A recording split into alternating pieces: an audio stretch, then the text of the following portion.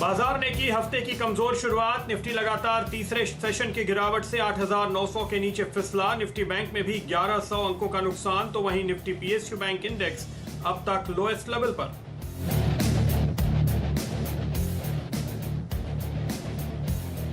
रिलायंस जियो में 1.34% हिस्से के लिए करीब 6600 करोड़ रुपए का निवेश करेगी general Atlantic. Facebook, silver lake और विस्टा इक्विटी के बाद जियो में चौथा बड़ा निवेश।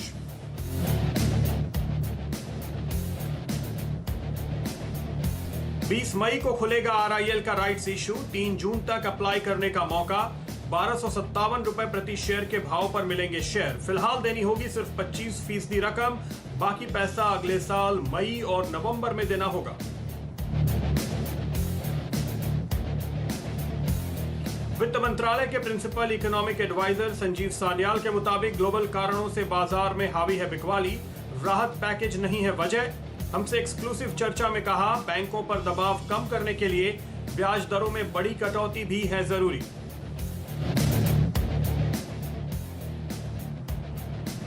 कोल माइनिंग और निजी कंपनियों को खनन की मंजूरी मिलने से कोल इंडिया में 5% की भारी गिरावट। वहीं ऑटोमेटिक रूट से डिफेंस में एफडीआई लिमिट बढ़ने से एचएएल ने लगाई 6% की छलांग।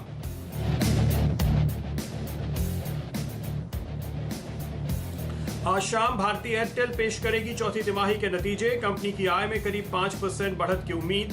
आरपू में भी उछाल संभव। वहीं कल बजाज फाइनेंस के नतीजों पर रहेगी नजर। आज शेयर 6% गिरा।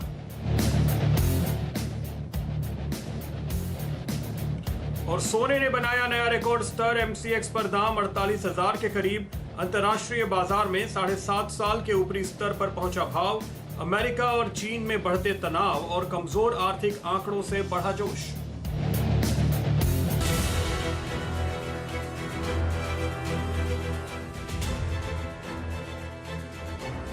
नमस्कार, आखिरी सौदा में आपका स्वागत है। मैं हूं शैल भटनागर, आपके साथ जुड़ रहा हूं नोएडा स्टूडियोज में।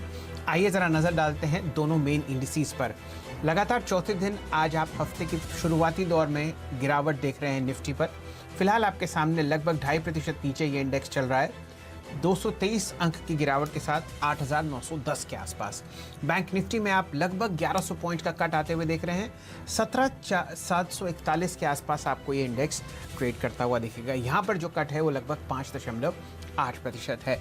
बैंक निफ्टी में ज़्यादा गिरावट है। ये इंडेक्स आपके सामने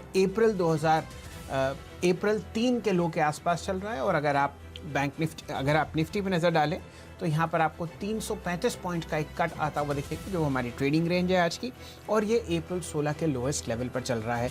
1-2 इंडिसेस को छोड़ के, जैसे निफ्टी फार्मा इंडेक्स और निफ्टी आईटी इंडेक्स, बाकी सारे 28 के 28 इंडेक्स आपको लाल निशान में ट्रेड करते हुए दिख रहे हैं। प्रदीप जी हमारे साथ जुड़े हुए हैं, वो आपको और बारीकी से बताएंगे कि किस हिसाब से वो बाजार को देख रहे हैं। प्रदीप जी, स्वागत है आपका। शुक्रिया शैल जी। तो जैसे कि आपने कहा, इस वक्त हम बाजार का जो इक्वेशन देख रहे हैं, करीब 5 में से 4 स्टॉक नीचे ट्रेड करते हुए नजर आएंगे। निफ्टी बैंक में, बैंकिंग स्टॉक्स में ही सबसे ज्यादा गिरावट देखने को मिल रही है। हालांकि वहीं आप आईटी शेयरों में, डिफेंस शेयरों में, चुनिंदा फार्मा शेयरों में अच्छी खरीदारी का रुख भी देख रहे हैं।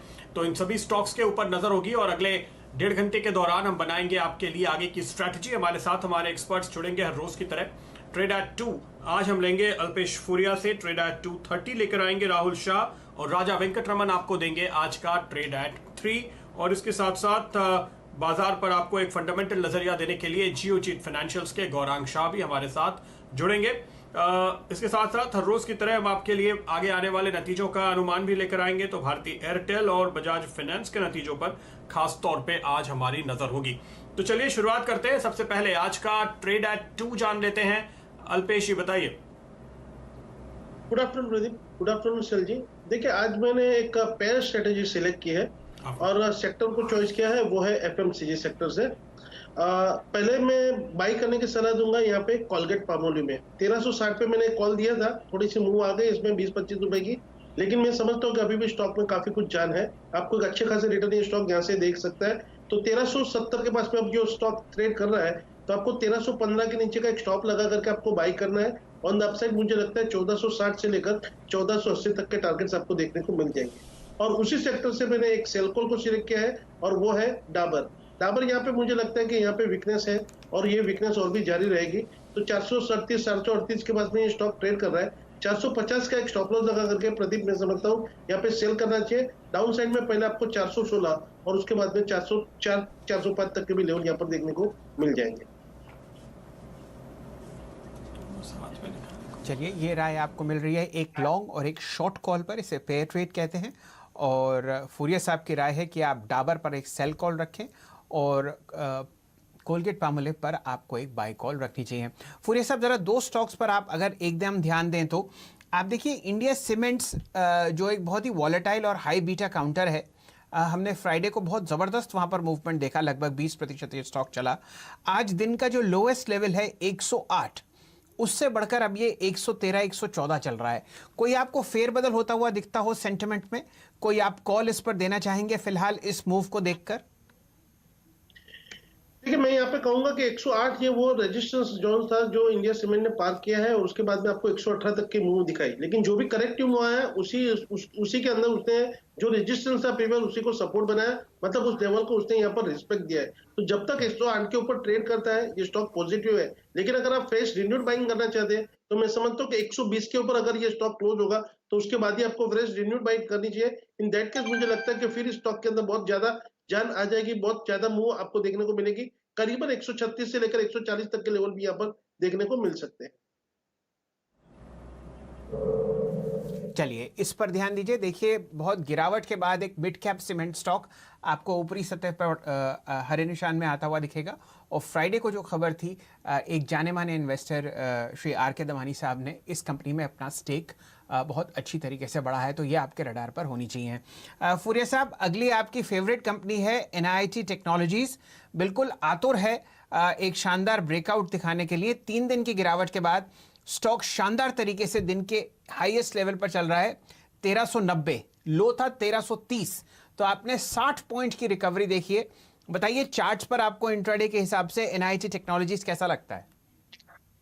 जी बिल्कुल, देखिए अच्छा खासा कंसोलिडेशन डाउन द साइड में इसने जो किया था और उसी के ऊपर आज ये स्टॉक निकला है 1375 के ऊपर का। इस स्टॉक ने एक ब्रेकआउट दिया है। मैं समझता हूँ कि स्टॉक में और भी काफी कुछ दमखम है, ये स्टॉक ऊपर दिखा सकता है। 1410 पहला पड़ा हुआ है और 1410 को ये स्टॉक अगर निकलता है तो फिर आपको 1455 तक के भी लेवल यहाँ पर देखने को मिलेंगे। 1345 का स्टॉप लॉस को ध्यान में रखते हुए आप इस स्टॉक के अंदर खरीदारी कर सकते हैं।